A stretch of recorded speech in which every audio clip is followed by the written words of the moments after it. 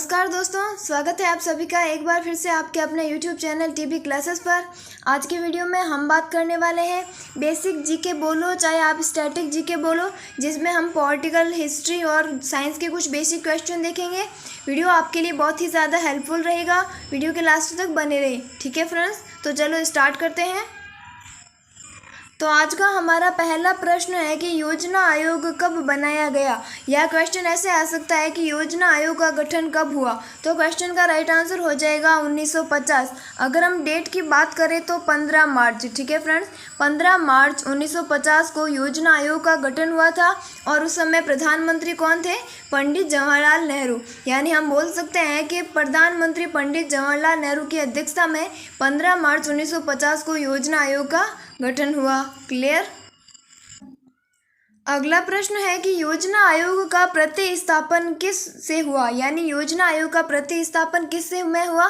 तो क्वेश्चन का right answer हो जाएगा नीति आयोग। यानी योजना आयोग को नीति आयोग में बदला गया। ठीक है।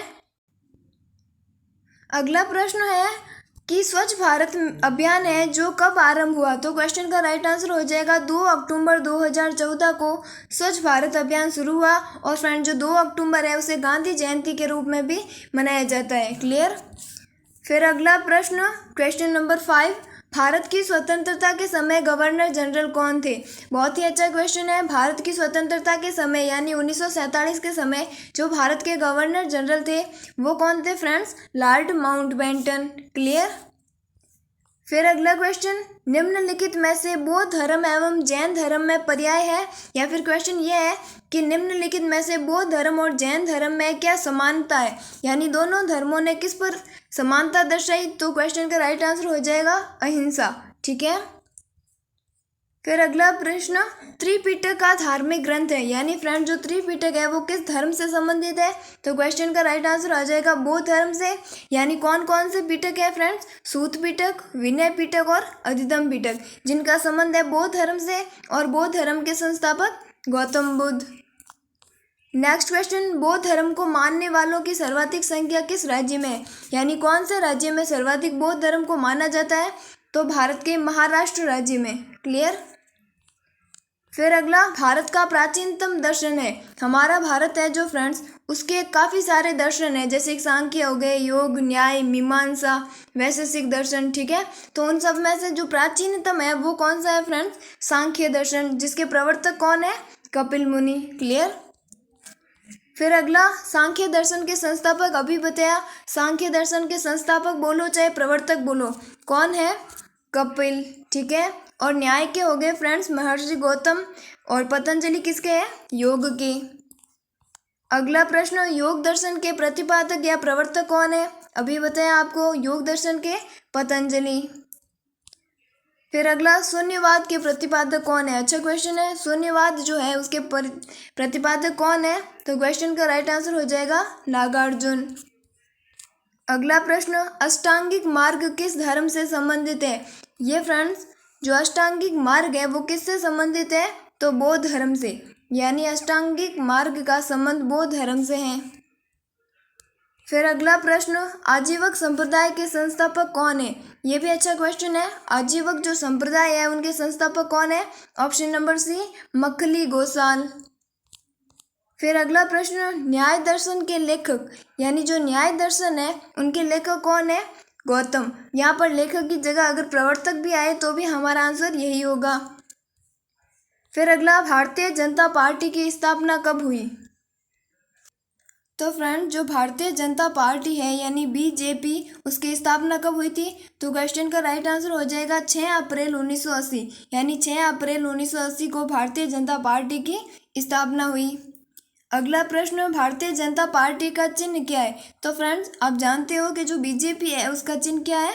कमल। वही बात करें कांग्रेस के चिन्ह की तो क्या है फ्रेंड्स? हाथ। फिर है आम आदमी पार्टी की स्थापना। तो फ्रेंड, जो आम आदमी पार्टी है उसकी स्थापना हुई थी 26 नवंबर 2012 को। फिर अगला प्रश्न, अखिल भारतीय ट्रेड यूनियन कांग्रेस के प्रथम अध्यक्ष यानी जो अखिल भारतीय ट्रेड यूनियन कांग्रेस है उसके पहले अध्यक्ष थे फ्रेंड्स लाला लाजपत राय। क्लियर। फिर नेक्स्ट क्वेश्चन, पानी में डाली हुई छड़ी टेढ़ी दिखती है, इसका कारण क्या है। तो फ्रेंड्स, आपने अगर आप साइंस के स्टूडेंट हो तो आपने पढ़ा होगा कि मान लो कोई पानी का बर्तन है, उसमें अगर हम कोई पेंसिल हो गए या फिर कोई छड़ी डालते हैं तो वो हमें टेढ़ी दिखाई देती है। तो उसका कारण क्या होता है फ्रेंड्स? अपवर्तन। यानी अपवर्तन के कारण जो पानी में डाली हुई पेंसिल है या जो छोटी छड़ी है वो क्या मुड़ी हुई दिखाई देती है। ठीक उसी की तरह पानी से भरी बाल्टी की गहराई कम दिखती है। यानी होता है ना कि पानी तो मतलब जो पैंदा होता है वो नीचे होता है, लेकिन हमें पानी ऊपर उठा हुआ दिखाई देता है, यानी वो कम गहराई में दिखता है। तो उसका भी कारण क्या होता है फ्रेंड्स? अपवर्तन। ठीक है। फिर अगला प्रश्न, रोगियों के नाक, कान, गले आदि की जांच के लिए डॉक्टर किसका प्रयोग करते हैं? तो फ्रेंड्स अगर आपने कभी डेंटिस्ट यानी जो दांतों के डॉक्टर होते हैं उनके पास गए होंगे तो उन्होंने क्या जो हमारे दांत को मतलब बड़े रूप में देखने के लिए किस जो दर्पण का प्रयोग करते हैं? तो क्वेश्चन का राइट आंसर हो जाएगा अवतल दर्पण का। इसमें क्या होता है, जो नाक हो गया, कान, गला, इसमें मान लो कुछ खराबी हो जाए या फिर कुछ फंस जाए तो हमें उसे देखने के लिए जो डॉक्टर है वो किसका प्रयोग करेंगे? अवतल दर्पण का। ठीक है।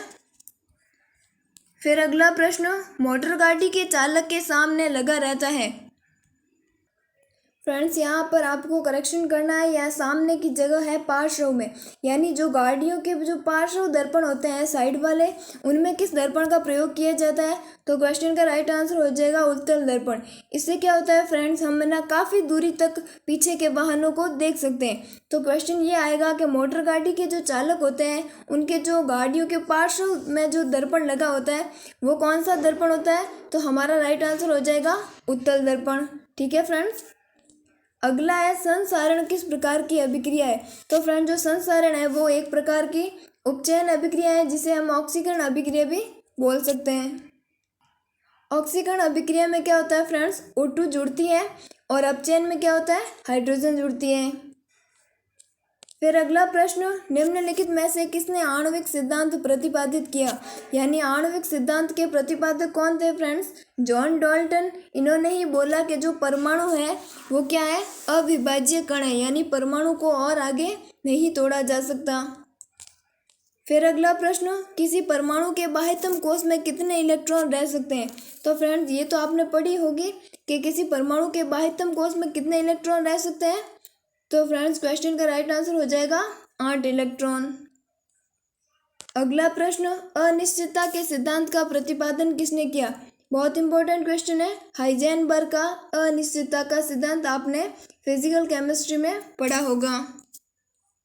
अगला प्रश्न, अमीबा में भोजन का अंतःग्रहण किसके द्वारा होता है? तो फ्रेंड जो अमीबा है वो क्या है, एकोशिकीय जीव है। तो उसमें जो भोजन का अंतःग्रहण यानी जो अमीबा होता है वो भोजन किससे ग्रहण करता है? कूटपाद से। उसके आगे मतलब ऐसे उसकी कोई फिक्स स्ट्रक्चर नहीं होती है, ऐसे कूटपाद लगे होते हैं जिससे क्या करते हैं ये भोजन के चारों ओर घेर कर उसे अपने अंदर ले लेते हैं। ठीक है। अगला प्रश्न, निम्न में से कौन सा एंजाइम लार में पाया जाता है? यह क्वेश्चन ऐसे आ सकता है कि लार में पाए जाने वाले एंजाइम का नाम बताओ। तो क्वेश्चन का राइट आंसर हो जाएगा लार में कौन सा एंजाइम होता है? टाइलिन। फिर अगला प्रश्न, ऊर्जा उत्पादन के लिए कोशिका प्राय किसका प्रयोग करता है? यानी जो हमारी कोशिका होती है या फिर प्लांट की कोशिका होती है वो ऊर्जा के उत्पादन के लिए किसका प्रयोग करेंगे? तो ग्लूकोज का, जिसका सूत्र क्या है फ्रेंड्स, C6H12O6। ये क्या है, एक मोनोसेकेराइड शर्करा है।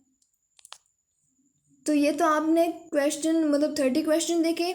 आज का क्वेश्चन जिसका आंसर आपको कमेंट में देना है, एक स्वस्थ मनुष्य का रक्तचाप यानी बीपी कितना होता है? ठीक है फ्रेंड्स, इसका आंसर आप कमेंट में देना। अगर आपको वीडियो अच्छी लगे तो लाइक करना, अपने फ्रेंड्स के साथ शेयर करना। Thank you, thanks for watching this video.